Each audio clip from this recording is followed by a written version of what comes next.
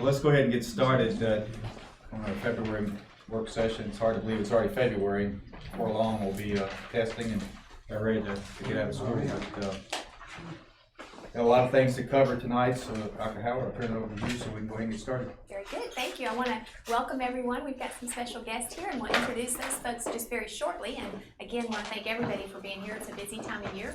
I do want to draw your attention because we've done such a good job, thanks to some other individuals, Rusty and Karen Bridgman, in highlighting the things that are happening in our district. And one of the things we were very proud of most recently, you see some pictures there. Last Thursday evening, both South Jackson and East Jackson Elementary simultaneously had a welcoming for students who will be transferring from Benton to their schools, and it was an outstanding event. Many of you may have heard some feedback on that Ms. Halley and Ms. Brookshire and Dr. Hardegree worked closely to make sure that those children were embraced and had a great experience.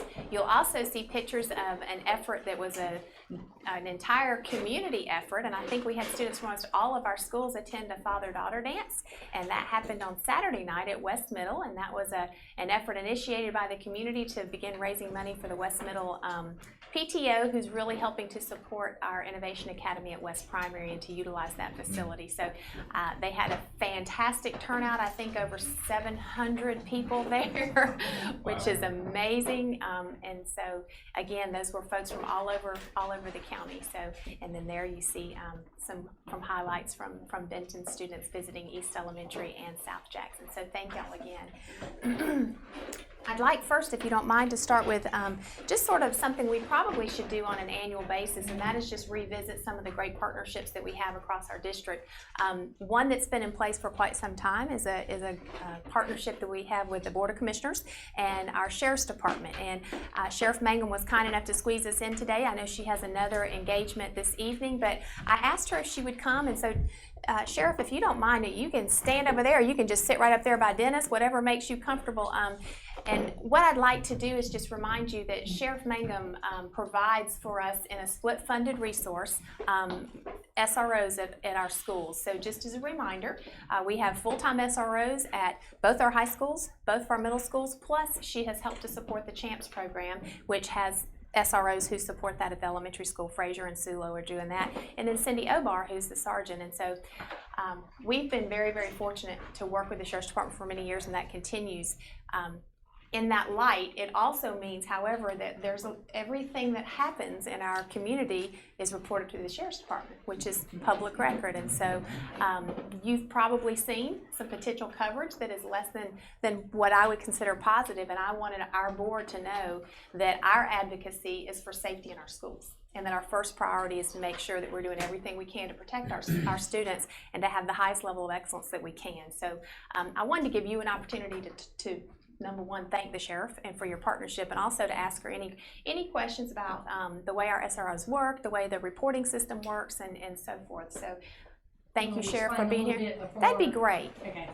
Yeah, you know, we do have the SROs in the schools, and as with our deputies who work on the road, the SROs, everything that we answer a call to is documented. So we had last year in 2016 98,000 calls that our deputies had to do reports on.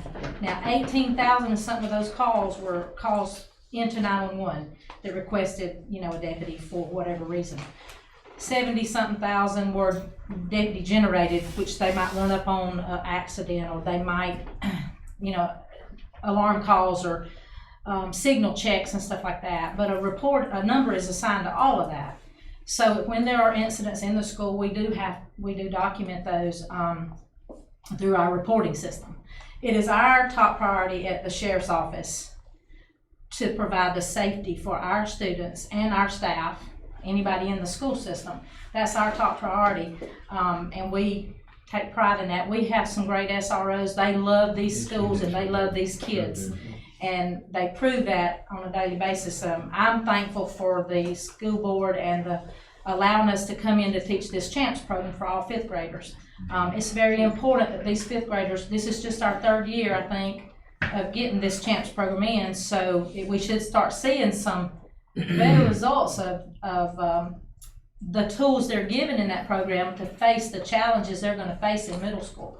And we also partner, you know, we walk through the Jefferson City Schools. I'm called every year at the beginning of school from the superintendent, the principal and the assistant principal, that they don't have SROs. So we walk through their schools just like we walk through the Jackson County schools. Sometimes we go through the commerce schools. They've welcomed us, and we do that just because we want our kids to be safe and we want the staff to be safe. So our SROs do a great job. They work your ball games. I was at Jackson County and East Jackson last Friday night. It was a big crowd. It was senior night, I think. Celebrated some championships. Right, and we had a lot of officers there. A lot of deputies were there that night. So as the sheriff, I appreciate what the SROs do. I appreciate all my staff. But our top priority is keeping these kids safe and our schools safe. We want to do that. So if you have any questions for me, I'll be glad to try to answer anything that you might have for me. I don't really have a question, but I just want to say thank you because y'all do such a good job. And just like one of the things that y'all do, parking in the schoolyards to do reports, that means a lot. And you do that in churches too, you know, and it's really Yeah, I will tell you that appreciated. sometimes I get complaints from people. They want to know if I have a precinct at Redstone Church. Every morning at 4 o'clock, there'll be a deputy down there. And you can't make people understand. They have laptop computers. That's how they do their reports. Yeah. They used to have to come into the sheriff's office every time they did them. That's right. I'm telling you, that saves us. So they might be sitting there talking to one another, but they're probably doing a report. But I did tell them because we don't have SROs in the elementary schools. Now, our other SROs will go to the elementary schools occasionally and walk through, but not as much as they do the middle and the high schools. So North Jackson, South Jackson, Benton now, I try to get, even my zone officers, I'll say, walk through the school, get a drink of water, you know, do whatever. So it's presence. It's just officer presence. So I appreciate that, Ms. Wood. Well, I appreciate the relationship that kids are able to make and identify with an authority figure, but also a policeman that is not necessarily always negative. It's That's right. so that when they do come across a problem, they're not afraid. I watched those kids last Friday night come up to Joy Parsons and Joe O'Kelly because they really care about them. They care about those kids, but those kids care about them too. Yeah. And if they got a rapport with these kids, that's what we want to do because we want to be in a positive light. We don't want, you know, don't like these parents that say, you don't behave, I'm gonna call the deputies to lock you up. We're not gonna lock up no kids for that when you don't behave as far as that goes. So we want that positive. And you know, the Jackson County school system, y'all got great kids, great kids doing great things, not just in athletics, but academics and your art and your music, everything. You got great kids, and we're just glad to have the partnership we have with the school. We couldn't teach this chance program if y'all didn't allow us in there. And it was a little touchy to start with because I know they don't want to give up that time for us to be there because we have to have that 45 minutes. But I'm telling you, that program works. Those kids remember that program and what they're taught. And you know, as sad as it is, all of our kids all over everywhere, all schools, they're going to be subjected to different things that aren't good. They got to know how to say no. They got to know how to remove themselves out of those situations, and that's what we teach in that. So I appreciate that y'all let us in there to do that. Our SROs, they do a great job. I'm very fortunate to have them. They sure do. I kind of see it on a little bit closer basis, being a husband of a 5th grade teacher, but I hear a lot of positive comments from that. We did talk a couple weeks ago about drug dogs.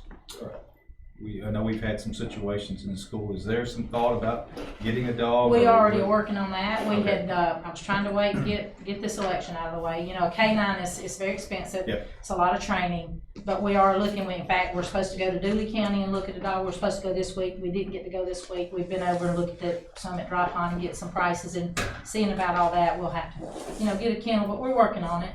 Okay. We brought a dog through the other one day last week, I think. It's not our K-9, but it is one of my deputies that helps me. It's his, and that dog wins all kind of ribbons and awards when he goes to training. He takes that dog all over for training. So we brought it through last week just to kind of walk through presence. Sure. Again. That's But what's we all are about. looking at K-9, yes. Good. And whenever a K-9 is wanted or requested, you know, I have resources available through Hall County Sheriff's Office, Banks County Sheriff's Office, the Department of Corrections, the DNR, the Georgia State Patrol. They all have K-9s and they're offered yes, they'll bring them. We just have to arrange it whenever y'all want it. Okay. Anything else? Sure, thank you so much. I can tell you as a proud parent that I'm grateful for the partnership, and I would have my children in our schools and thrilled they're in the schools that they're in. So we welcome folks, visitors, to walk through and see what's happening in our schools, and glad that you all do that. We really appreciate it. I tease when we go to chance graduations and tell the kids I got to know Sheriff Mangum long before she was the sheriff, so I can tell you that she really does care about kids because you were in child advocacy and investigations, and so we know your heart is there and we appreciate it. So very That's much where, so. that's our future. But I will say before I end, and I know y'all in a hurry, I try to encourage every year people to get to our Choices program. It's coming up March the 9th at 6:30. This year it'll be at Jefferson High School auditorium. We were at Jackson County High School That's right. a couple of years ago. We were at Commerce High School last year. We were at Jackson EMC the first year. This program, we partner with Lee Arundel Prison and Hartwell Whitworth Prison for female inmates to be brought to testify, to do their testimony to young people. And I get disappointed every year because every time I use an auditorium that seats 400 something people, we'll have 200 something people. I want to see, these students there. I want to see them from all over. And I've even invited people out of the county this time. I said, we're going to fill up that auditorium one way or another. Our athletic directors, I make sure we get those flyers to them. Our athletes ought to be there because it takes a split second One bad to choice. change their life. And as they knew it, it will not be. So there's no, and I want to commend your coach, and I called him by the wrong name, the football coach, Worley. Coach Worley. I think I called him Woolly. I'm gonna have to apologize. But anyway, this is the second year that he has asked me to come speak to his parents and football players at their kickoff meeting they had last week. It's the second year he's had me come and speak to them about Choices. He came to my Choices program last year and with a couple of players. But how awesome to be asked to come and speak to those parents. And I told them, if you have a young person and you don't have them in that Choices program, you're missing a good chance. If they got to practice that night, it ought to be mandatory they come to that Choices program. It lasts 2 hours. But I'm telling you, they might not listen to me as the sheriff, but a 19-year-old girl that's in prison who was a straight A student that was going to the University of Georgia straight out of high school, but is drinking and driving and hits somebody and kills them and goes to prison instead of going to the University of Georgia. When she speaks, they will listen. Mackenzie Crow will be there again this year. She's out of prison now. She spent 3 years there. Her life as she expected it to be will not be, but she uses what she went through to come and talk to kids. So, anybody with, and we think it's age appropriate from 4th grade up. But I hope we can fill up that auditorium, and next year I hope that we can request to use East Jackson High School. We're gonna try to go all over the county each year, and so I would encourage the school teachers, the staff to, and we have flyers, and I think that our SROs have sent those flyers to the schools, and we do every year. But I get a little disappointed every year because you can't come to me all during the year when something terrible's happening and want me to talk to them. We need to be proactive and not reactive, and this is a way to be proactive, and it works. This is a good program too. It doesn't cost any money, so Thank you for so letting me much. get that plug in. But no, thank you for providing that service. All right. But nothing else. Thank y'all for letting me come in. Thank you for coming, Sheriff. We appreciate it very much. Thank you. I appreciate it. Bye-bye. All right, we'll go on quickly because there are several items on the agenda tonight. We do appreciate all that she and all the SROs do. Our advisory councils have met in the month of January, and I just wanted to remind you that we're due again for our advisory councils coming up in March, but I just wanted to give you a brief update just to make you aware that we have established through our Jackson Student Leadership Team a student advisory council. There's 28 of them. We had them over to Gordon Street, bussed them over. We had the Fannin Leadership Institute come and do a great training. This is kids from East Jackson, West Jackson Middle and high schools, and when those kids are together, you don't know which school they go to. It's beautiful. They are just a bunch of kids who advocate for Jackson County, and so we gave them some really good training in terms of leadership. Then we gave them an opportunity to give us some feedback, and we've learned a lot from them. We're working very hard on analyzing what we do to make sure that we're providing kids what we're calling a remarkable learning experience, what makes it remarkable. And so they gave us some real thoughtful insight. And you all may realize this, And we work in schools and with kids all day, but it was very humbling to hear what those kids really want are things that are pretty easy for us to get. They're not expensive. It's relationships. It's somebody who cares about them, somebody who connects with them, who, and they have teachers that do that. So they've recognized it, but we need every experience to be like that. So it was a great day. That was January 26th, I think, and just wanted to update you on that. That council is still taking place because we asked them for feedback. What is it that we as district leaders can help facilitate at the schools to make sure that you have a remarkable experience? And they were thoughtful. It was very, very good. And then our teacher advisory council met as well, and probably on the top of their minds right now, obviously this is a legislative session. There's always conversation about what changes might take place. You have that in light of the recent general election at the national level, and so there's a little bit of anticipation of what might happen. Great meeting. Just want to remind you that you may have heard conversation about Governor Deal proposing a 2% raise, and his proposal this year is quite different than the discussion that happened last year. And we need to be reminded that we did give our teachers a supplement increase last year, and so we'll have to look very carefully if the state legislation does substantiate a change to the teacher salary schedule with an increase of 2%, then we'll have to look from a budget perspective and how we adjust, because he gave us back some of our austerity reduction last year with the anticipation that districts across the state would eliminate furlough days or calendar reduction days. We had already done that, so we increased the local supplement significantly.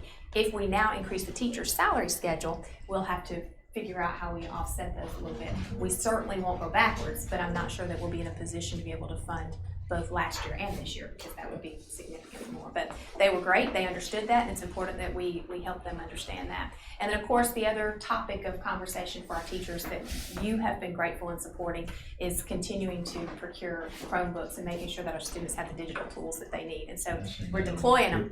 Jackson browser can use Jackson County High School. So over 900 of them we were able to purchase, and we deployed them, and it's exciting. It's really, we hope that it'll be the catalyst. Now, the challenge here is we think the world of our sheriff, and our next parent advisory council is March 9th. So that is our next scheduled work session. That will be at Gordon Street Center, if you'll go ahead and make a note of that. And so we'll have our parent advisory council. I'll be sending out a reminder email to our council members in the next week or so and ask them for any thoughts, but I'd also like, if there are any topics from the board that you'd like some feedback on, to let me know, and we'll craft the agenda for that and send it out in the next week or two. So that's exciting. Quick reminder that we have whole board training at Carl Vincent Leadership Institute on March the 10th. That will be in Athens. Dr. Cook and Dr. Boyle with the Carl Vincent Institute are facilitating that whole board training. I think it'll be a great day. Relay for Life, we've got a team that's off and running and doing some great work, and you can see our wish upon a cure here. And I think Mr. Cronick and the board charged us with focusing on efforts that unify our community, and so Relay for Life has certainly been a unifying effort, and we've got teams from every school working hard. So May 5th at Jackson County High School. We're looking forward to that.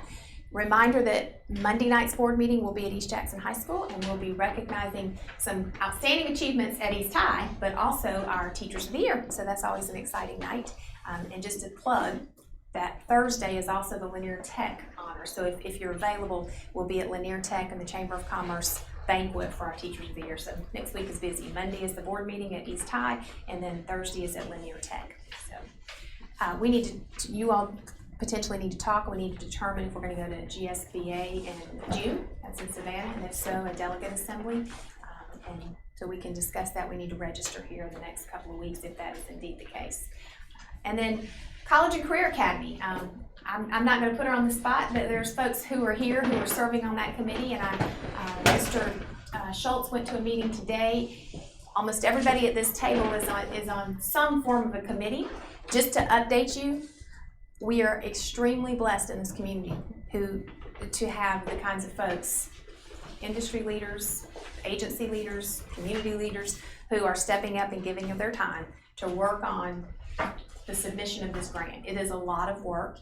We have we're working with Karen Rutter, who has submitted several successful grants in years past, and she's gonna do the final grant application itself. But it has to be very organic from the business and industry community, and I think we've probably got between 60 and 70 different individuals working on different committees to promote the effort. I mean, they're doing this on our behalf. They're doing it on behalf of our community to hopefully to get the grant. And if we get the grant, and even if we don't, the work is good because we need to proceed in this manner. But our goal is to have most of the work accomplished by the end of March, first part of April. She can work on the grant and then we can submit it this summer. So just wanted to plug that. Todd, do you have anything you want to say about that, or anybody at the table?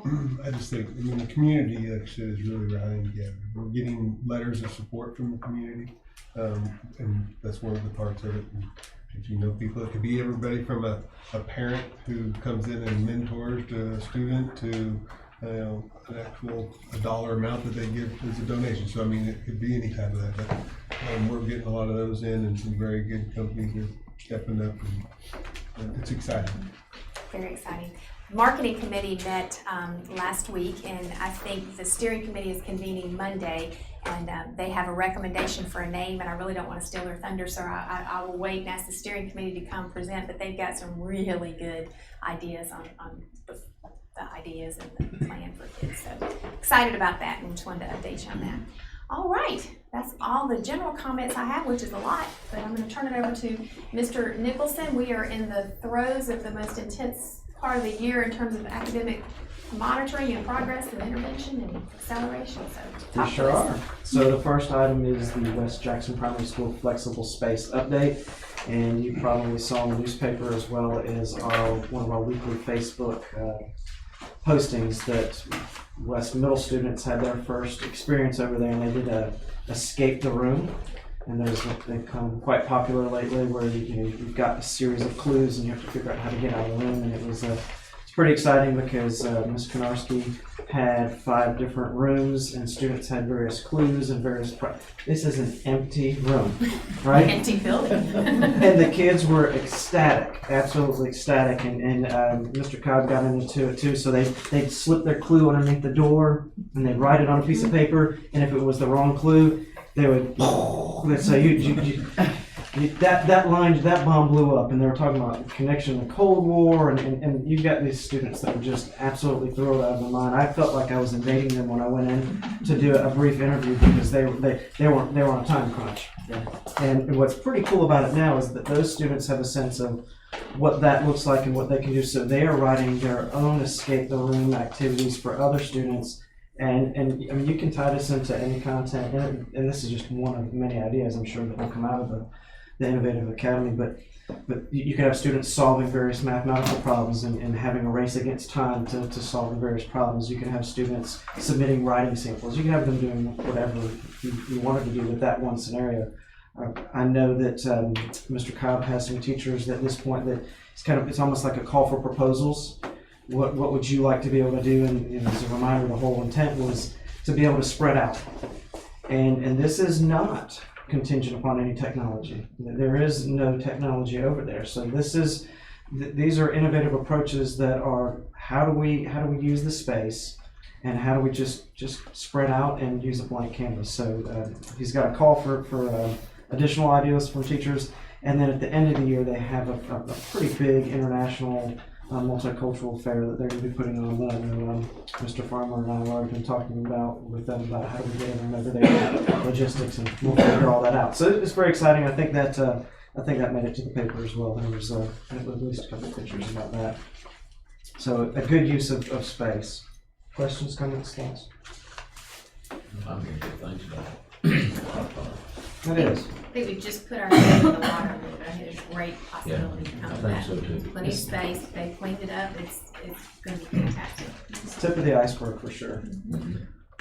So I do have some data that I would like to share with you. So you have a packet that looks like this, and I want to just kind of talk you through. We said last year we wanted to implement MAP, which is Measures of Academic Progress. This is our mid-year at a glance. As a reminder, I'm probably going to mix my metaphors here, but typically with milestones data, it's too late.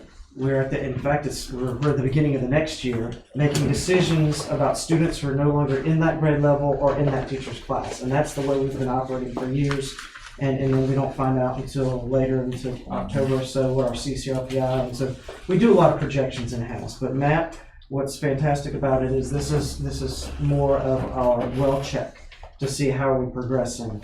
And what's particularly beneficial for us in Jackson County is that as a state, we're moving to student growth percentiles, so that if you and I are in fourth grade together and we scored at a certain range, we're only going to be measured relative to our academic peers. But if Miss Wheeler's in fourth grade and she's performing at a sixth grade level, she's going to be measured relative to her academic peers. So it's less about the grade level, and it's really about where a student is. So it truly is more of an apples to apples, which we've not done in the history of Georgia. MAP does that very same thing, but it's national. So it gives us a true trajectory that we can look at and say, all right, if this child started at this particular point, and at the mid-year they grew to another particular point, we can see that their growth, was it relative to their academic peers. So what you're looking at this chart, and if you're like me, you can't really see to the right, but the blue is the observed growth. That is the growth that each school, and it was mathematics, reading, and language, ELA. That's the observed growth that we saw at each grade level. The diamond is the school's projected growth. And so at the beginning of the year, students took the MAP test in ELA, math, and reading, and they compared that to every other student that took it within about a 10-week window. So this is very scientifically accurate because they're not even they're comparing kids to that year that took that test. And so what you have is you'll see that your projected growth in many cases is a little bit higher than the observed growth. That's not fantastic. That's not certainly what we would like, but this is our very first time that we've ever used this. And the beneficial story behind this is that likely this is where we've been in years past. We just didn't know. So we had to wait until the end of the year. So this data came out at the end of last month, and we've already started having conversations with each of our principals about where are you? Let's look at the students. To what do you attribute the successes? To what do you attribute the lack of success? What are you doing? What interventions? And so one kind of picture I want to paint for you, though, is that, so if you imagine a young child and you've got that place in your house, whether it's on a closet or a wall or somewhere, and you're marking off every year how tall they grow, you're using a measuring stick. You're all using the same measuring stick. We're measuring in inches. And so that's what this does as well. It takes that same measuring. So you're going to see typically more growth when they're younger. When a student comes in, there's all this language acquisition. I mean, the growth that you see, just like from a baby to a toddler, is pretty significant. Likewise, your primary years, you're going to see more growth. And over the years, it kind of tapers off. So a trajectory that goes from upper left down to right is not a bad thing. That's just kind of the expected that. Now, this doesn't equate to puberty. Otherwise, in middle schools, there'd be another increase. Yeah. But just kind of think it through from birth to pre-puberty. But because it could look shocking, like, oh my goodness, when the students get to 8th grade and so on and so forth, that it maybe doesn't look as good. What you really want to look for, though, is the places where that that diamond, the blue graph has exceeded that diamond, because that means that compared to all other students, millions of students, that means our students outgrew the expectation. So that's the whole Binet complexion curve. That's exactly what we want to see. Now, if we're not there, it's not necessarily the worst thing in the world, but it tells us. So, look at the first page. You can see Benton 2nd grade in mathematics, Benton 5th grade in reading. Those are the areas that you want to sit down and say, those are, and RIT is the growth measure. It's a Ross unit. But that's where you would want to look and say, those are a little further away. The projected and observed growth are a little bit further away. So let's sit down as a grade level. If you look over the next page, you look at East Jackson Elementary.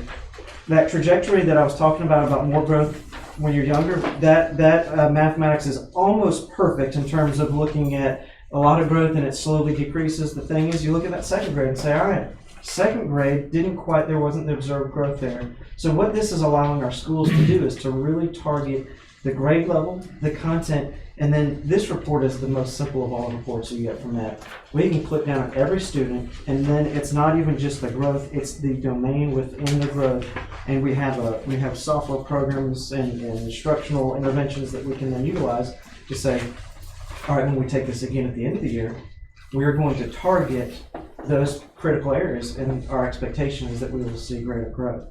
So what we've done is with each school is we've started these conversations and want to have in February, we're having individual meetings with all the principals and in some cases their leadership teams.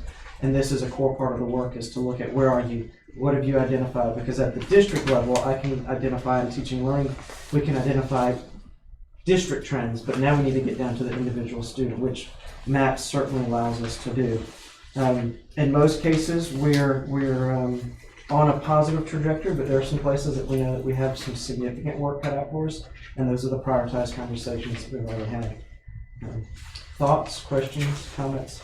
So those rates taken twice a year? It's actually 3 times. 3 times. So this is where at one of the meetings recently, MRSs, and then it was another meeting, folks said, if you could explain to us the rationale, when you just explained what you explained, that made sense. We started this year by reducing the total number of assessments significantly. You probably remember last year talking about SLOs and sometimes referred to endearingly as SLOs. Every non-state tested grade level and content had to have an assessment. The state gave us the flexibility of not having to do that this year, and we were able to use MAP. And so your science and social studies teachers are tied more to the literacy within social studies, so they're tied more to a reading score. So what I'm getting at is we have reduced the total number of assessments, but MAP is 3 times a year, and it's online. So we're going through some of our learning growing pains too, because it's not quite as simple as just saying, this group take it this day and this group take it this day. To get that statistical reliability and validity, we have to stay within certain time frames. But you have a beginning of the year, you have the mid-year, and this is, this is the first time we've had data like this, the mid-year, which is powerful. And then we'll take it at the end of the year.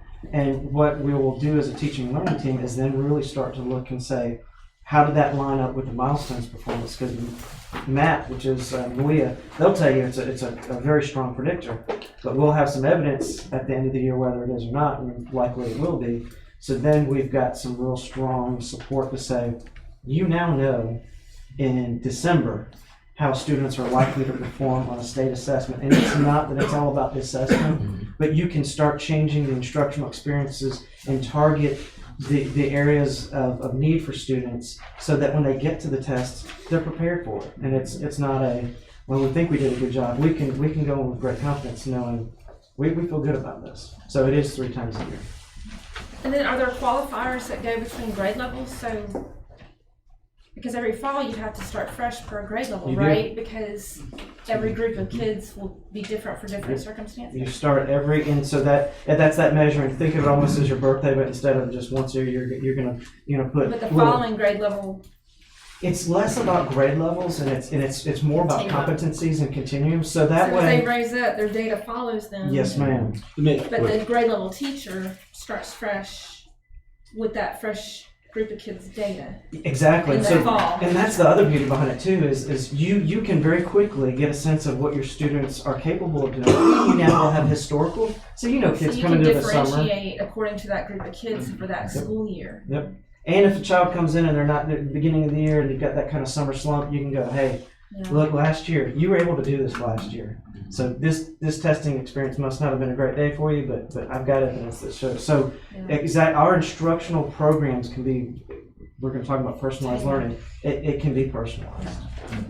You had a question? Yeah, so these kids here, these 4th grade kids here, these 5th here, the 5th grade, if I follow you right, these kids here, the 5th grade do a lot better than 4th grade. Yeah, so in this case, the 5th grade mathematics, they actually grew more than they were projected to grow in 5th grade in Maysville. And 5th grade here, they're right on the projection, but 4th grade, you're absolutely correct in mathematics.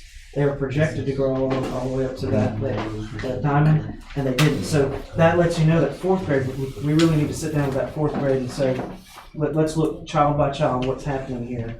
Why didn't we make the growth that we anticipated? How does the maps, as far as the information that are on the maps, does correlate to the curriculum that the teachers are teaching, and how does that correlate to the milestones?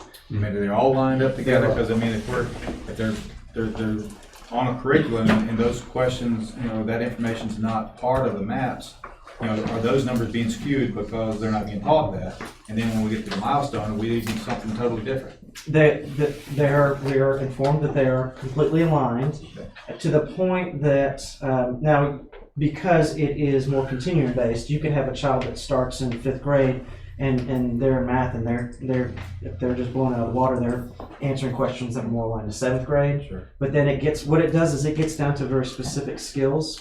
So even within your math score, it breaks it down by domains, which is what we then, with our milestones, we look at domains and the alignment between the domains and milestones, as well as the domains on maps. Nothing's perfect, but there is an incredibly high correlation between those two. In fact, what's pretty powerful too is in 5th grade, because the map has been around for 20 plus years, they can actually take a student's map score and predict their ACT performance. So you can think about it. You're about to go off to middle school. This is going to be the most difficult time of your educational career because you're going to be faced talking about a lot of choices. Right now, if you wanted to go to UGA or wherever it is, you could.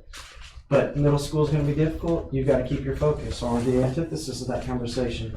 You keep talking about you want to be a veterinarian, but let's not that one test determines your fate. I'm not saying that by any means, but it quantifies some of these conversations. To piggyback on that very quickly, I just want to think through the lens of our teachers.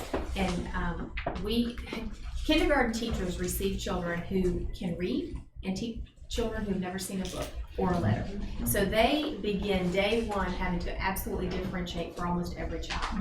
As we go through personalized learning training for our teachers, that is going to be the case in almost all of our grades, that even though you have a grade level curriculum, you have kids who come in much further on the continuum than kids who may not be there, depending on where they come from.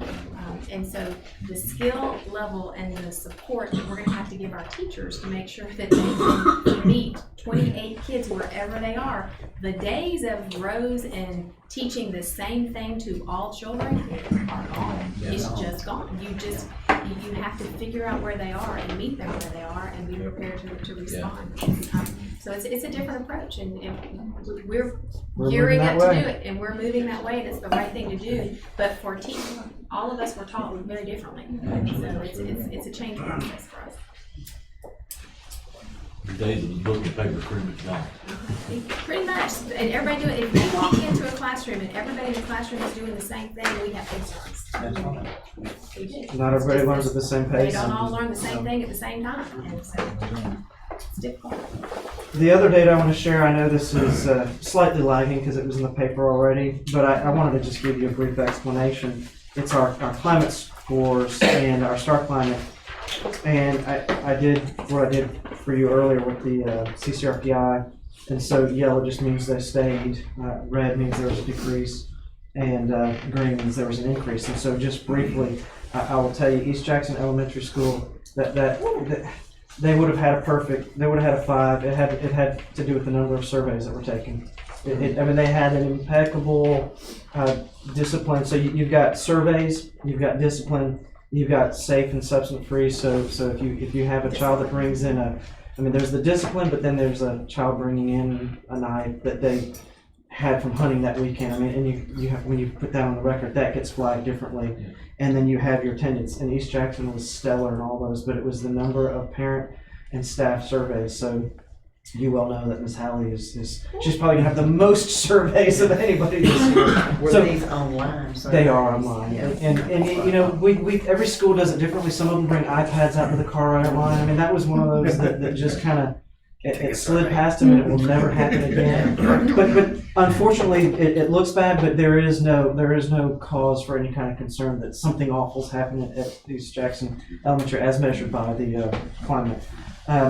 East Jackson Middle School, it had to do with discipline, and in middle school, suspension has a heavier weight. And so again, if there isn't a cause to have to suspend a child, you do your due diligence, and that's the principles are always found within this. Well, I need to do this because this is what's best for the safety of all children, but I'm going to get dinged on CCRPI. So, in fact, East Jackson Middle saw an increase in several of their areas, but the discipline is what dropped that down. And again, from a 5 to 4, 4 is not bad at all. It's just I know that they were not super pleased with that. Maysville, that school is rocking and rolling over there. They saw an increase in every one of the categories, every single one. So they are clearly focused and a model for how you can. It's a great school, great community, and she's just should be commended and applauded. I wish she was here to do that publicly. You gotta clean up, do not. She does have a clean school. Yes, she And does. you know what, the demographics have not changed. So they have adapted their practice to That's make right. sure that they're. Doing a great job. And then West Jackson Elementary, Mr. Johnson would tell you that a few years ago they had a lower score because of how, and this is one of those things, principals are busy running a school, they don't get down into the way data is entered, but the way that data was collected this particular year, they saw a decrease in the number of referrals, but the way that they were flagged and what they were coded on, and this was before Martha came on board, the way they were flagged made it sound like these were violent offenders. And so it wasn't. It has more to do with data coding and data entry. And so again, a great school, wonderful things happening. But they also had an increase in their surveys as well as the safe environment. So Mr. Cardick said before the meeting, I'd like to see all of us having all the scores having 5, and I think we could 4s and 5s is and you walk into any one of our schools, they are safe, they are welcoming. The parents generally enjoy being a part of that school, so I think that's a goal that we just take on and say, we're gonna make it happen. Yeah, I think you were making an expectation. All right, strategic goals update. So back to the strategic plan, we just want to make sure that you don't think that was a lot of work, that was wonderful work that we don't take to our heart, and it guides our work all the time. And so one of the things on there, one of the initiatives is a learning management system. So you've heard a little bit about us talking over this past year about Canvas. Martha, if she was here, would certainly speak to it, but she's at a SIS conference. But we have our content specialists in. Mr. Hitzkes and I were in a class online, so we have all of our content support specialists that are taking online courses within Canvas to learn how to build out courses. We have, we just put the principals in a course, and so our next principal meeting will be in Canvas, because the best way for them to learn the functionality first is for them to be students. And so we've shifted over the year from a rollout, and you start to realize not everybody is quite ready for, if we're really talking about personalized learning, not everybody is, if we are going to treat students this way and say, let's meet you where you are, we all have the same goal, but we got to meet you where you are. Well, we're doing that with Canvas, because not everybody is ready to utilize Canvas at its fullest potential. What I mean by that is we don't want people just to put worksheets and digitize them. Not that that's what everybody would do, but we don't want any of that. We want to completely change the way students have the opportunity to learn. We're looking at things as out there as maybe it's not a kindergarten class or a second grade class, but maybe we have a K-5 math class and students learn at their own pace, and that they develop proficiency along competencies that are more commensurate with when you think of when your children were at a reading level, like, oh, you're on a D now and you're a G, and maybe we don't really tie students into this is the window of time that you have, and this is the information you need to learn by the end of this grade level. Maybe we give them the whole run of it and say, here, go at your own pace. And if we can do something like that, a fourth grade teacher who has students that are struggling at a second grade level could have access to that material and have access to online opportunities for a student. But likewise, they could, for students that are fifth or sixth grade, those students can have access. And the LMS doesn't solve all of the world's problems, but what it does allow a teacher to do is to let some students work at their own pace, while that teacher now just has reduced the student-teacher ratio, and with your gifted and your struggling students to have that smaller personalized experience. So Canvas, the beauty behind it is it always has a human on the other end. It is not like any of the other online courses that we've used where some of it's automated. There is a teacher, but it could be that this group is working in Canvas for the first 30 minutes, or maybe they're working on Canvas on Tuesdays and Thursdays, and that's what they do. But Tuesday afternoon and Thursday afternoon, I'm providing them feedback because I'm working more face-to-face with this group, and I've got a group over here that is working on an independent project, and I just have to check in with them periodically throughout the week, and so that you really can differentiate based on students' needs. So we're certainly happy to share Canvas with you in any form or fashion. We're learning. Mr. Hitzkes has taken his graduate school courses in it, and we're excited about the functionality and the possibility, because really, it's not that difficult. When you get in there, but you can give certain students assignments, and you don't have to give all the students assignments. So as Dr. Howard said, everybody with the pencil and paper, it can still be pencil and paper assignment. You can be in Canvas and say, go to this resource, but you don't have to give all the same students the same thing. Individualized. It is, which is wonderful. It'll allow us to truly achieve that personalized learning. Now, it's going to take us a while. This isn't going to be next year that I stand here and tell you we have achieved personalized learning. It's going to take quite a while. And what we realized is let's let those teachers who get that vision, that are passionate about it, and they want to just run with it, let's let them set the charge, be the torchbearers, and then you have other teachers that go, that's pretty fantastic. How are you doing that? And we go more organically versus, all right, the high school, the middle school, the elementary. We need to have, this has to be built by teachers and led by teachers. We can support them. For traditional education, for years, time has been fixed and learning has varied. Sometimes kids were learning, sometimes they weren't, because the time was fixed. We're trying to make the constant learning, that they never stop learning. Some kids need a long time, some kids need a short time, but the time becomes the variable. So that's a complete paradigm shift in terms of holding that tradition. And this will allow us to do it. Yes. So, moving on, another initiative with instructional support, which is underneath our strategic goals. One of the goals is to personalize learning. And as you can see with Canvas, with MAP, these are the tools that we're using to determine what that looks like. We have, and Dr. Blankenship will talk in more detail about positions, but with your blessing, we got the approval of the Director of Personalized Learning. And so we do have interviews tomorrow. We have 5 really stellar candidates.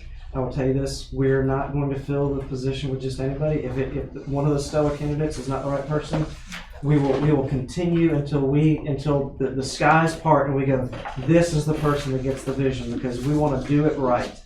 But I just want to let you know we're interviewing folks tomorrow for that Director of Personalized Learning, and just as a reminder, Jamie is giving teaching and learning the technology department, which you often refer to as maybe Gordon Street, and we're marrying those 2 departments because really the instructional decisions then guide the technology, and so that Director of Personalized Learning is quite critical. But I am excited about the candidates that we have. In addition to that, I just got back and so did Ms. Bell and Logan from 3 days in Savannah at the Georgia Compensatory Educational Leaders Conference, aka Federal Programs, and a lot of talk about the flexibility that we might have moving forward with even there right now there's a first cohort and the second cohort about to be approved where they're allowing school systems to consolidate their funds.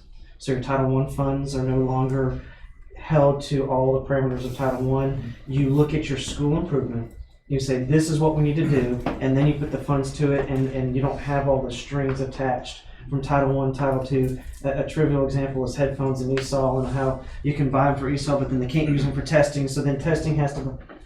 How is that helping kids? That's a few years out potentially. It's something I would certainly like Jackson County Schools to consider, and as we get closer, we've talked a little bit about it, but not prepared to present that to you this evening. But the idea is that our State Department of Education is really looking at a shift from compliance and looking at more about supporting school improvement. And in that process, it becomes far more critical that we do look at our data, we look at our needs, and we identify where our greatest needs are. And then we don't worry quite as much about, oh, well, hold on, if we use professional learning for, no, that one's gonna have to be, we'll split from that with Title II, we'll move, and that, okay, she could go to these schools if she's Title I, that creates a lot of extra work. In that though, until we get to that level of flexibility, we have a meeting next Tuesday, we'll talk in more detail. What we're strongly considering is based on our data, based on our MAP data, and based on our meeting with our principals and assistant principals last month, everyone went around the room and said, I need a strong math person. Hands down, everyone, in fact, to the point where, and I heard that the teacher at your school is quite a strong math person, and that wanting to pull from each other, and that we can't do that. That doesn't help anybody. So what we're strongly looking at is using Title II money and some Title I money to get math, starting with what I'd like to do, and we haven't worked the details out yet, but to maybe use those federal funds to post for maybe a K-5 and then a 6-12 math specialist, because you can't do K-12. You can't go from kindergarten to AP calculus and be an expert. And so while that's federal money that we would have to justify how we use it, it would not be difficult because you look at the data, you look at the need. And so just kind of want to throw that idea out there that perhaps next time we get together I might be asking if we have a job description for district instructional coaches.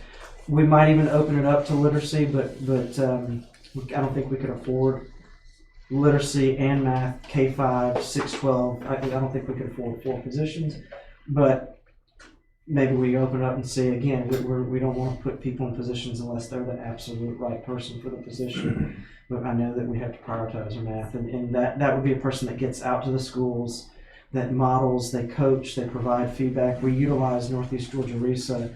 Marty Hutchins and Jared Robinson and Casey Maddox serve 119 schools and 13 school systems, and they're all phenomenal, but they only can give us about 6 days a year. And we need somebody that can give us every day of the year. So From a relative comparison for our board and folks that have been around for a while, this is the early Peggy Terrells and Yes. that made such an amazing difference for our instructional programs, and I think our teachers really miss that, and what we're expecting of them now, they need that support. They if they're really do. going to personalize That's it, right. they do. And the math curriculum alone, there's been a lot of changes. If you've got children, the way they come home with math, it doesn't look like the way you learn math. And it's wonderful, but it doesn't look like. We are the tutor. Unfortunately, I can't offer my services. That's unethical. Well, Tommy Cole's got handled. The other thing with instructional support, this is the next to our partnerships with Mr. Hitzkis, and we have truly partnered on empowering our not just our principals, our assistant principals, department chairs, to get a better sense of there is one bucket of money. There is, when you ask, can we spend something else? There's no more money. We're not holding on to it and saying, oh, we'll wait until they ask for it and then we'll spend it. The money is allocated. And so we've worked on a plan that I feel pretty good about in terms of it now involves all of certainly their title money, they've been doing it, their QBE instruction money, their Title II professional learning money. And you were more the mastermind behind that, so I'll let you, I've been talking a lot. Go ahead. Essentially what we have is a template that we've sent out to our schools that say, principals, go ahead and distribute it, whether it's to a department chair or a grade level chair or whomever, and they in turn solicit amongst their team, what are the needs that we have, what are the wants as well, and they compile that and put it in a template for us, and it's in Google Docs so that we can share it. And then what Todd and I want to look at is, okay, what's a common thread that runs throughout? And then we'll use that in conjunction with our numbers and so forth for the upcoming year to be able to say, all right, the prevailing trends are X, Y, and Z from our instructional side. Here's what we're seeing from a number side. And then take those two worlds, marry them together and say, okay, this is that one pot. So when we come back to the board and we say, all right, here's all the stuff that we really need. Here's all the stuff they want. Now, how do we prioritize? And it's that one pot. What are we going to trade off to get what we really want? And depending on what that one thing may be. So that's kind of what we've been doing in that approach. And we did a little different this year before they even got into that process. We said, here's what the district has spent on your behalf. Very simple spreadsheet. Right. Keep it, remove it. Don't want a grade by grade decision, I want a school decision. So you as the building leader, three of your grade levels want it, the rest don't, then you have to go, I don't think so. But then as a building leader, maybe you pick that up for some of the grade levels, because one of the things we're looking at is, are we getting our money's worth? If we're spending it, we're looking at usage reports, we're doing some qualitative, how are you using it? And then even with the usage reports, it's things like the maps, like, all right, well, you've got kids sitting on it, but is it actually accomplishing what you want it to accomplish? Because just because they're sitting on it and it's not doing anything, well, then we don't need to keep spending money that way. We need to find a better intervention or better support. And then we can take what Mr. Hitzke said and say, all right, well, if you need something else that's not on here, That's right. here are the things, here's some other information we have for you about this software program or about this resource, so that we're not the people that say no. We're just trying to help them prioritize what they need the most. The one last caveat I'll add to that, though, is this is a new, next year we have new science and social studies standards, and so I anticipate that we will have to prioritize, if we do it correctly, with fidelity, the way the standards are written in both content areas, it is kids doing. It is not a whole lot of kids receiving. It is in social studies as well. I mean, you think of science that way, but we are going to have to really revisit the lab materials in all grade levels. I mean, do you have the appropriate rock sets? Do you have the materials that you need to create the experiments and the learning experiences for students at all grade levels? And so Deborah Riverberger is leading that right now. I told her same thing. It's almost more zero-based budgeting. You go through, you let us know everything you need to make our science and social studies experiences stellar. And then we'll look and we'll combine that with everything else and say, year one, this is what we can afford. Year two, this is what we can afford. One-to-one is really your baby. It's a teaching and learning thing, but you've worked much harder on that than anyone else, so I don't want to steal your thunder. Well, we touched on it, so. We have 959 devices were purchased. They all have a Jackson County logo on them. They've rolled out into the schools. The kids have helped unpack them, and they're on just like that. So it's really been a beautiful, seamless kind of transition from delivery to deployment.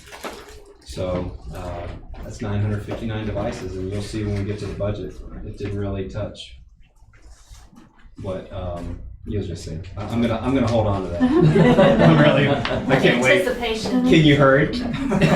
I'll hurry. No, you don't. But you might want to remind them that it is a 4 or 5 year plan. Yes. So it's going to take us time. We're going to procure some each year, and we will get to a 4-year replacement cycle. As the warranties wear out, we That's will right. not resuscitate. We will. And it was budgeted. And It's yes, been budgeted. yes, and we'll continue moving forward. But it's really worked out well. That's great. Fantastic. All right. As not to rush, but I do want to. We've got guests, and I want to make sure that we give them time and that. Human resource updates. It is a very, very busy time for human resources, and we are so glad that Dr. Blankenship has joined us. She's done amazing work, and I'm going to turn it over to you to talk a little bit about personnel recommendations and timelines. Lots of work, but it's good work, and I'm thrilled to be doing it. So I will be brief, but if you have any questions, I'm happy to entertain them. The first thing on the agenda, and you have in your packet, is the personnel recommendation list. You will see that we have included the transfers that will take place for fiscal year 18 on this list as well. So the teachers from Benton who are being transferred to other locations are on there, as well as the transfers from East Jackson Middle to East Jackson High School.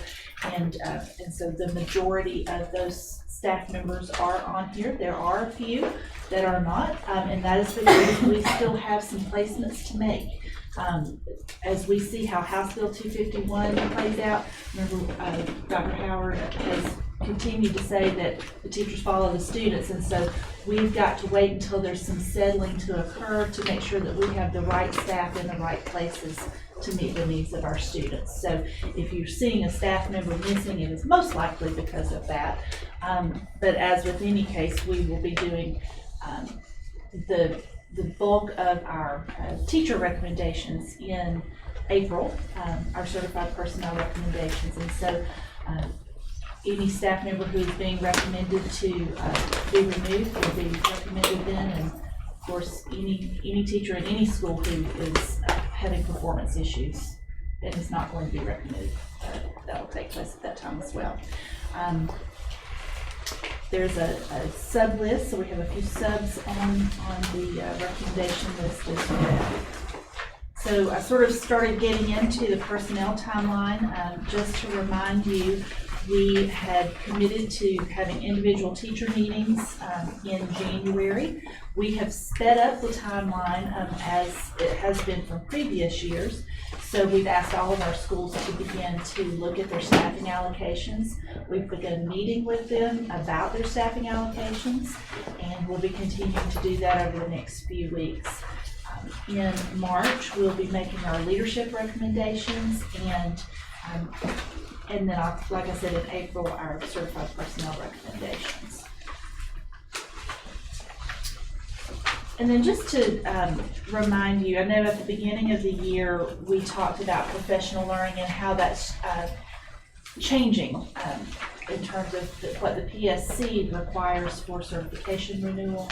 And so we have been working this year in all of our schools with all of our teachers and our leaders being members of professional learning communities. So just as a reminder, not only are our teachers engaged in that work on a weekly or bi-weekly basis, but our principals and other school leaders are engaged in that work as well.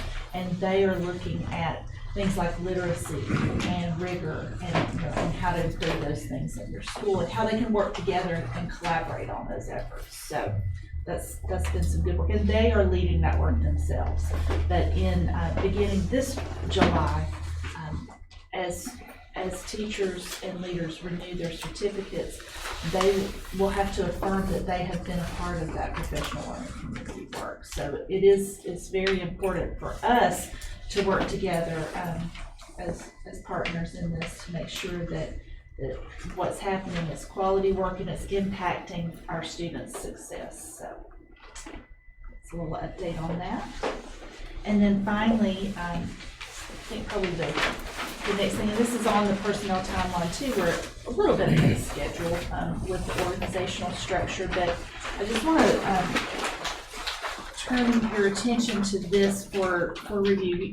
We shared this with you a couple of months ago, and we continue to do some work on it, mainly on the human resources and student services side.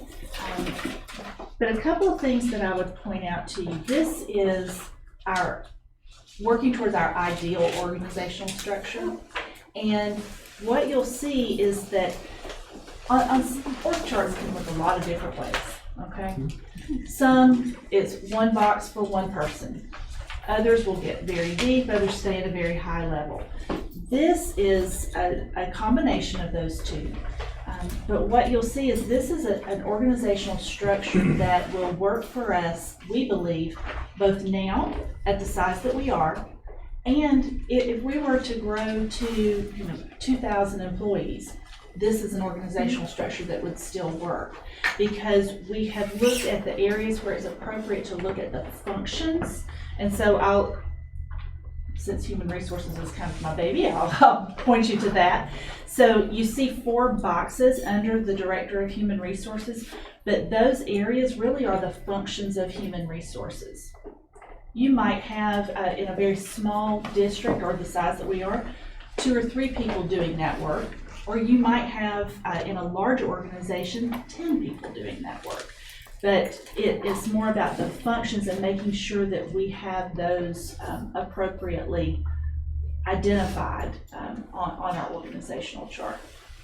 It's the same way, if you remember when we talked about technology, those boxes, there are a couple of positions there because you need an engineer, a systems engineer. But then there are other areas like communication services, client support services, that in a smaller district you might have one person doing that, or one person doing two or three of those functions, right?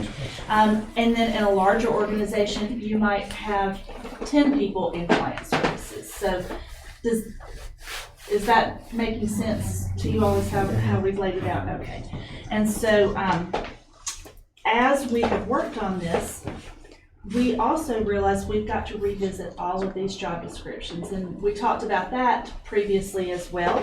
But just so you know, we will be continuing, as I work that in with all of the other work that's going on, we'll be continuing to bring revisions to you all for approval. So, and some of these functions combine multiple roles that were previously in job descriptions in the organization. So that's another reason why we might need to revise those as well.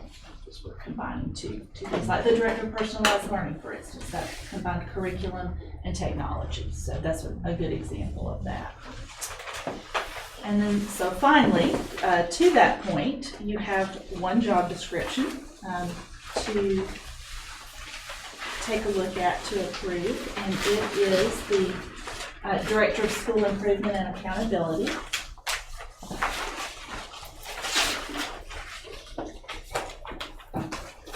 And so this position is really, the responsibilities of this function are to oversee the school improvement process, to lead that school improvement process with the schools, and to really hone in on all of the accountability measures, data analysis, and how that impacts student achievement, student success. What else would you like to add to that? The job I did when I came on board last year, and then I moved into my position. And it's a position right now that many of us have many hands in. But as Dr. Blankenship said, moving forward, when we get to the point where we can fill every position, which we know we're not there, that is to have that level of clarity is what we're trying to do. I think it's important that we restate too, though, that we're not looking at a net gain. In fact, we're looking at being very efficient in this. And so while it's still a work in progress, it's a reorganization and an effort to make sure that we're being efficient. And these will not be efficient positions, it's reorganization of existing positions. Our goal continues to be to efficiency, excellence through efficiency, and to be as lean as we possibly can, but not lean to the point, and I hope I'm not overstepping my answer, but not lean to the point that we are sacrificing what our students need. Yeah. So, Because we've done that before. We We have, won't get well, there. the reference that Mr. Nicholson just made to, I mean, having been blessed to be a part of the district, and seen since 2000, we were in a better place when we were able to use some of our title funds to have instructional support specialists too, to really support our teachers' work.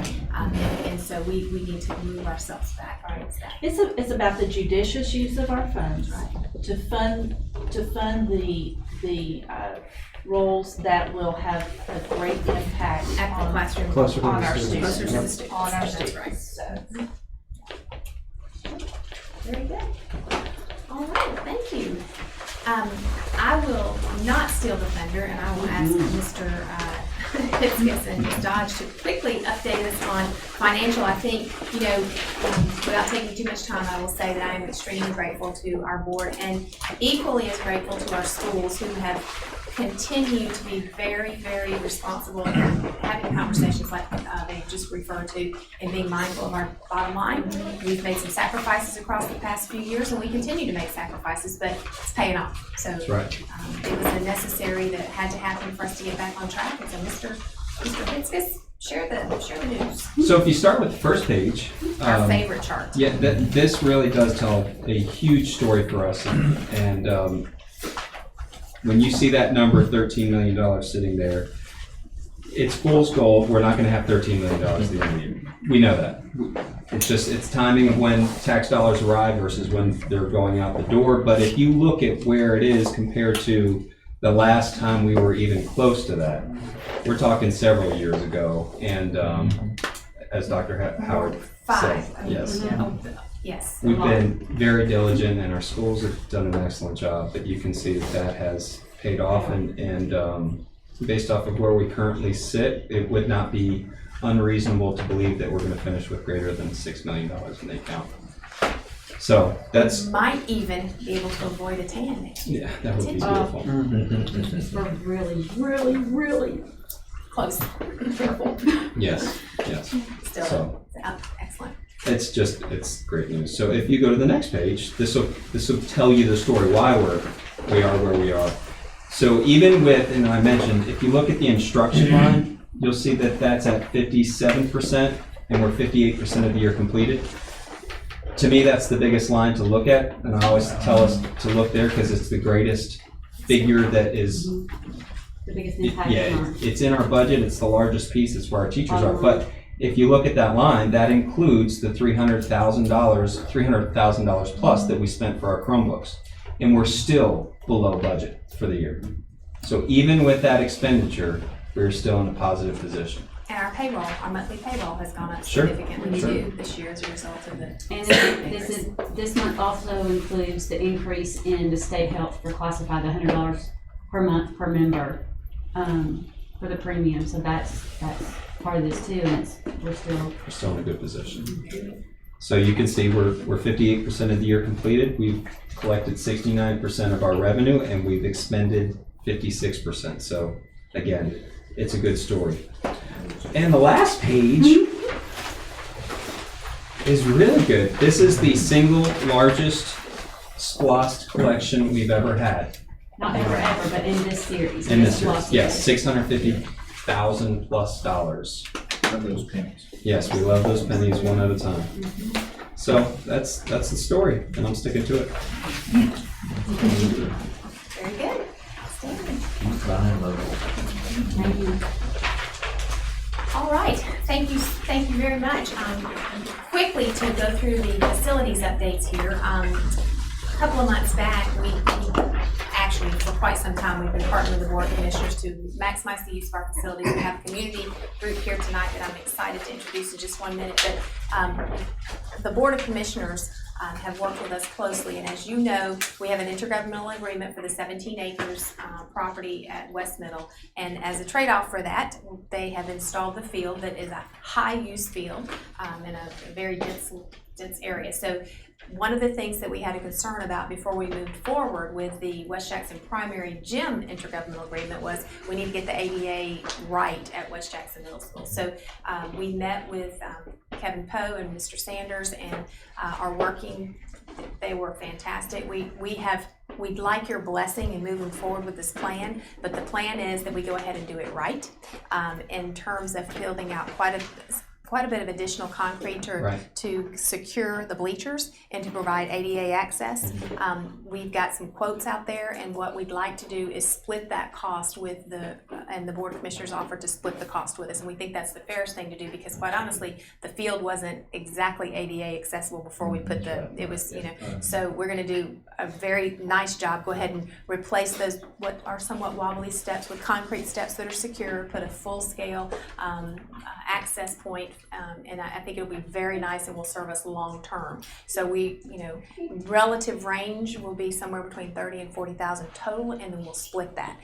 So we will definitely get all of that final and ask for a SPLOST expenditure approval before we go forward with that, but wanted you to know that our Board of Commissioners and Mr. Poe were great about partnering with us and splitting the cost, and we're grateful for that. So with that in mind, I would like for us to consider going ahead and moving forward with the intergovernmental agreement so that they can invest some funds in the West Jackson Primary Gym and they can use that for activities in that community. So if that's good with you, we'll do that. And then the only other thing before we introduce our Benton committee here is that we did send out, and I've included for you a couple of reminders, the times that we've had our rezoning meetings. So if folks ask you, I have had a couple of emails that we had no idea this was going on, and with all due respect, you're probably not very connected to our school system if you didn't know this was going on, because we have really communicated quite a bit.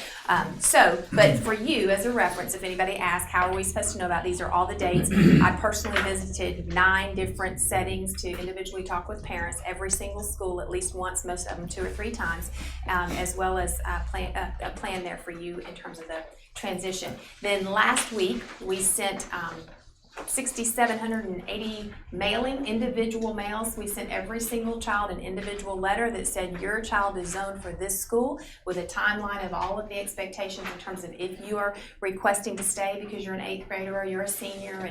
And we tried very hard to communicate.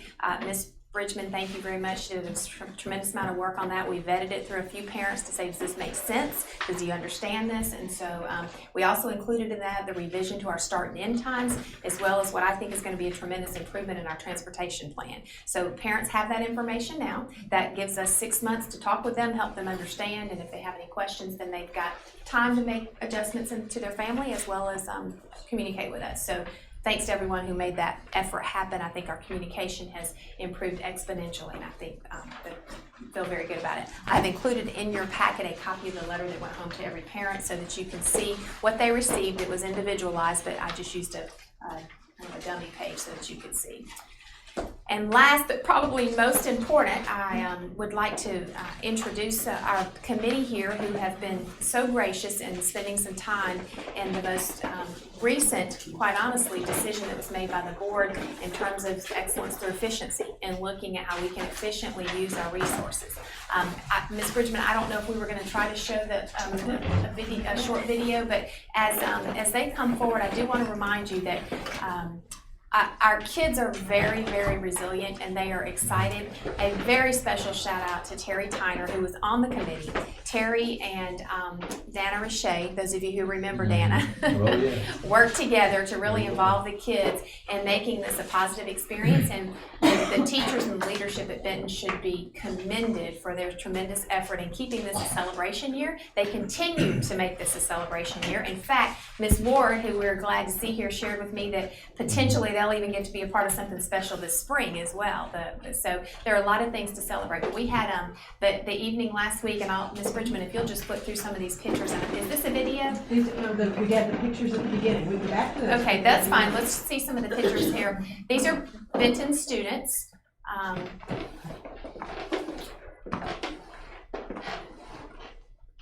East Jackson, each of the classrooms made a poster, so the posters are there as well. They probably saw these at the beginning. Yeah. Miss Brookshire and Miss Hallie made sure that they had similar approaches so that children had a similar experience. And then we also had a short video from the kids, and I think we were going to show Want that. to do the video? Yes, if you don't mind, that'd be great. Real quickly, because I know these Benton folks would like to be able to talk to the committee. I mean, the board. This is cute.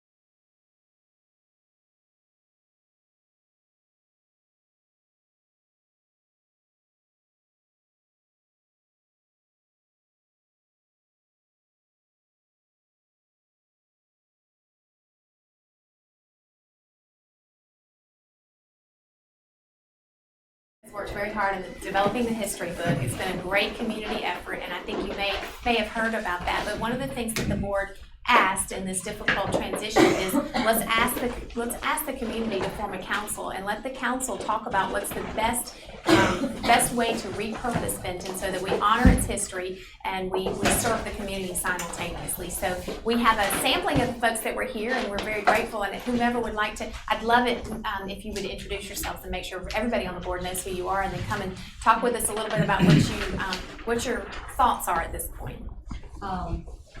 Well, first of all, I'd like to say thank y'all for having us here tonight.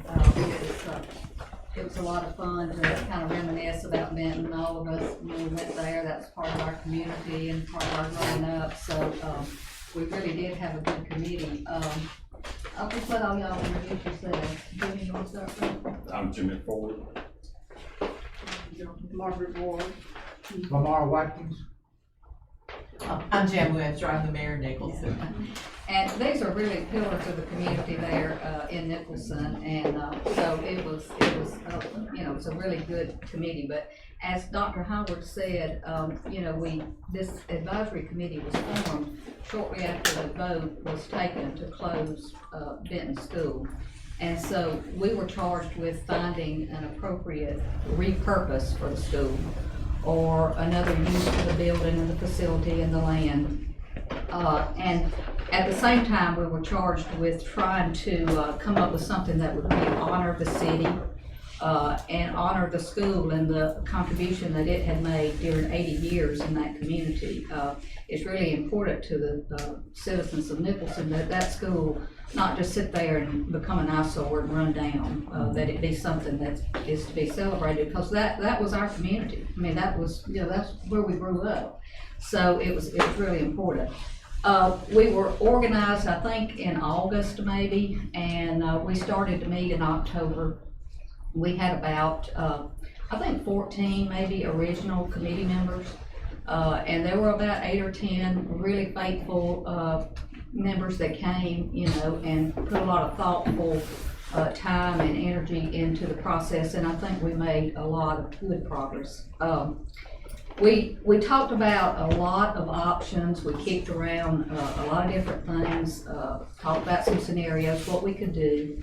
And just to mention just a few of those, Mr. Schultz came and he did a presentation for us on opening a cannery plant over there in the building.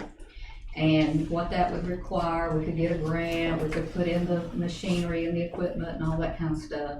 And then people from the community and the county could come and bring their meats and vegetables and can those and take them home. And, we talked about a lot of the issues, and I think in the end, we kind of decided that was probably a little more management risk and responsibility than it was, it was worth taking for that facility. So then we also talked about trying to get a lot of businesses or nonprofits or other organizations that might need office space or meeting space, and see if we could, generate some kind of little office complex over there and have meeting space and all that kind of thing.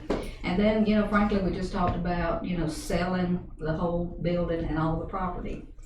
And then we learned about the possibility of Foothills coming to Benton, transferring from East Jackson to Benton. And the way we understood that was that if Foothills moved over to East Jackson, to Benton, then the system would continue to earn the FTE, the student FTE from the state.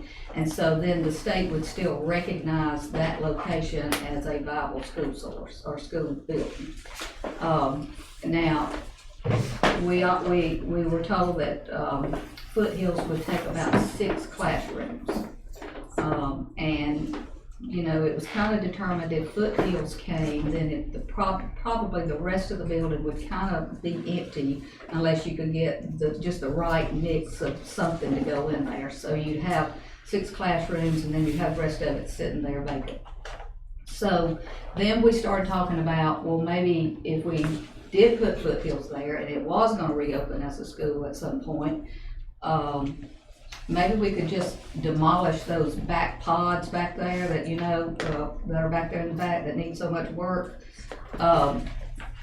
And so then we could clean all that up and clean up a little other stuff around and just leave the front part of the school. So we kicked that around for a little bit, and then we figured out that we probably needed a little bit more direction from the state and from the school system about what we really could do and couldn't do with an existing school building. So we asked for information on that. We got that information back, and the way we interpreted it was that if you demolish any of the buildings or make any modifications, then you put students back into that at some point, then you are required to go back through the state site selection process. We looked through that, and it appeared to be that it was very likely that the state would require you to make major modifications and mitigations to bring that site up to what the state would approve. Well, during all that, we learned that the city of Nicholson is very, very interested in the building. The mayor's here. She talked with us about that. The city would like, they envision moving the city hall and expanding the city hall, expanding the library, moving the water department, having training space and meeting space for the fire department, and it being sort of a community center, having the grounds for, community events, festivals, that kind of thing. We kind of got excited about that because that appears to be a win-win situation for the city of Nicholson, which we were asked to honor, and also the school system. And we could just see that, if you continue the partnership with the county park and rec department, with the gym and the ball fields, then, you're gonna have parents and students coming onto the facility. You're gonna have expanded library programs. You're gonna have meetings and community stuff there. So I think it could just be a really, really good thing for the city of Nicholson to it just bring a lot of energy right there to that spot, which is really great for the city. So having said all that, our thought was that the reason the vote was taken to begin with was quite frankly because we thought the renovations required to bring that building up were quite expensive, quite extensive, and you had available space at close by facilities, so that's why Benton was closed to begin with. So we would really hate to see Nicholson be able to move into that building and then 4 or 5 years down the road say, well, you've modified it to your needs, now we want it back as a school building. The committee's we were not charged with deciding whether students were gonna be in that building or not. So we're gonna make our recommendation as sort of a qualified recommendation. If the Benton School does not reopen for students, it was the unanimous decision of the advisory committee that Foothill stay where they're at, and that the school system work out some kind of arrangement with Nicholson to let Nicholson use that building for city use and community use. We hope that you'll take that under consideration. It's really important to the citizens of Nicholson, and we really do appreciate y'all allowing us to have some input into this topic. If you have any questions about anything we talked about or discussed, I'll try to answer. I may or may not have all the questions, but we really appreciate it.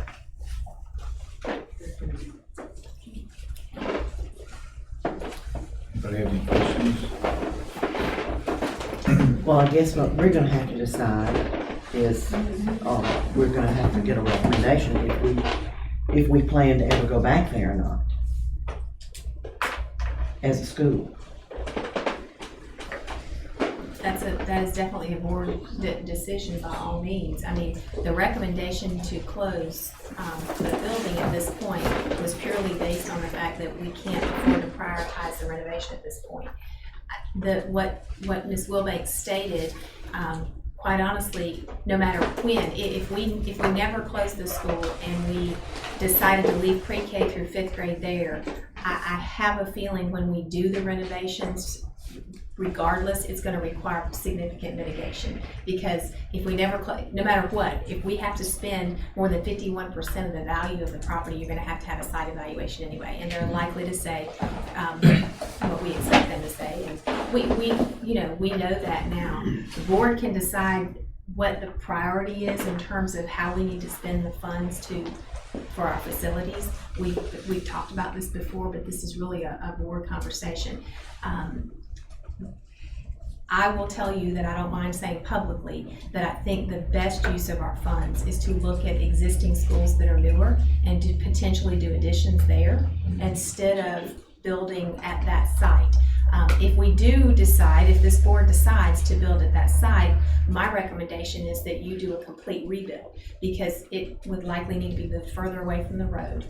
If you do a complete rebuild, then it becomes a new place. It's not Benton anymore. It's a new school. It's a different school. Now it is the site and it is in Nicholson. And so if that is the priority of this board, then that's how we plan for the future. But considering the investment that the Board of Education has made in property that's within 5 miles of there, you've got plenty of expansion space in other places, and it's not on a 5-lane highway, and it's in a less highly trafficked area. And so you've got, but again, that is completely up to you. I want to say, I'm extremely grateful to these folks who volunteered time. You sincerely just volunteered your own personal time, and clearly it's because you care about that school and that community. And it's very difficult to make these kinds of decisions, and it's not something that any of us would wish to have to be faced with. But when we're faced with tough decisions, you do what you think is most efficient and serves the community. And that is a board decision, but my recommendation is that we prioritize our funds where the need is greatest right now. And that is not the greatest need that we have. It's in other places, unfortunately, and so we can, you all can discuss that. But I agree. And from what I understood, the love and tradition was within the facade and what the building looked like and how it is today. So with everything that Ms. Wilbanks said, that would definitely preserve, plus become a community center that was even more capable than the school ever could be to the last several decades. That just sounds very exciting. Yeah.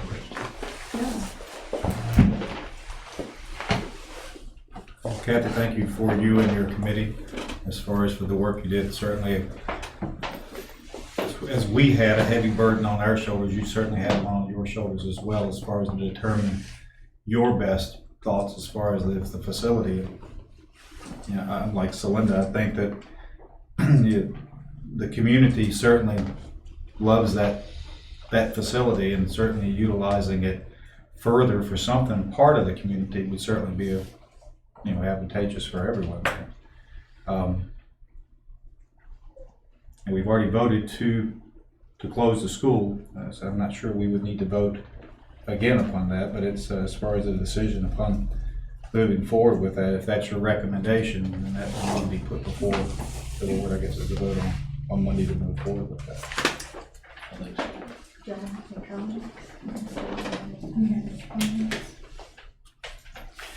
Kathy, you had to give me too many folks to give you some concern about the idea about the community center?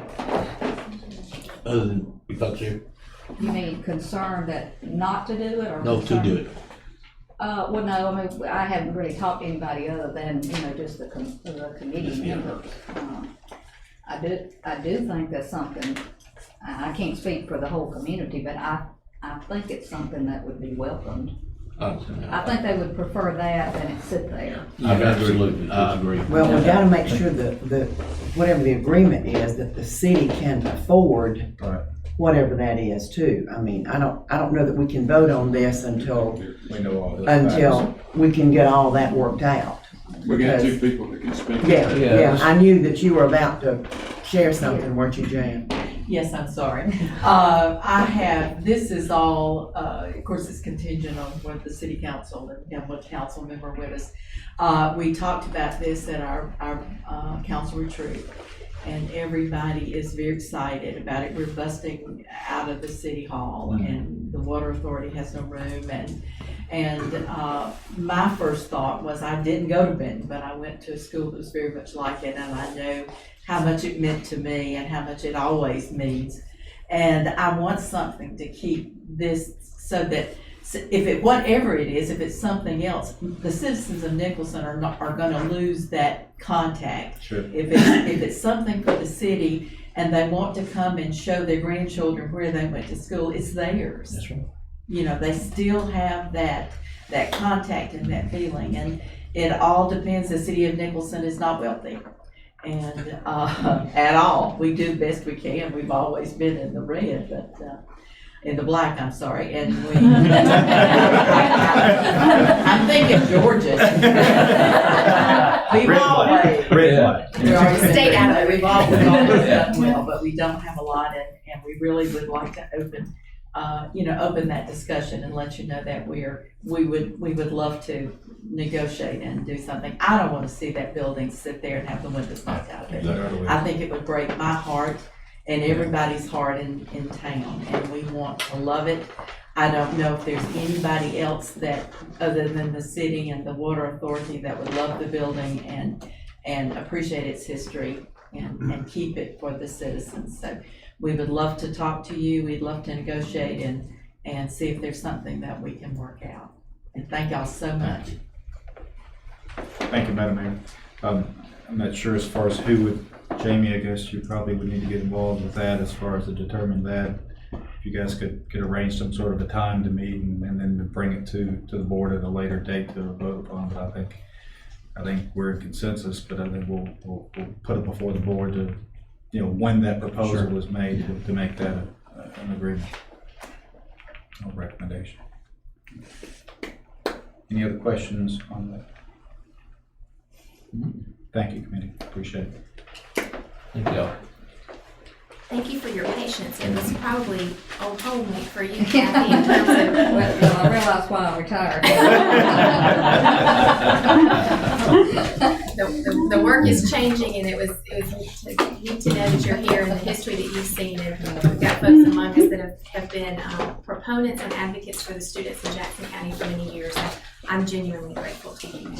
Very, very much appreciate your The time. committee did really work hard on that and very thoughtful about it, and so. That was very clear. I went to a portion of 2 of the meetings, and I know you met many more times than that, but this was not taken lightly at all, and I'm very grateful for that, and I appreciate your work. So, just a reminder, our board meetings at East High. There's lots to celebrate on Monday night. Lots of great successes happening, and that's all we have. Thank Brian for being here. Yes, thank you, Mr. Smith, for being here. We had originally had someone scheduled to address the board from a legal background in Utah, so we appreciate you doing that. Absolutely. All right, nothing else. We'll adjourn until Monday. Good night.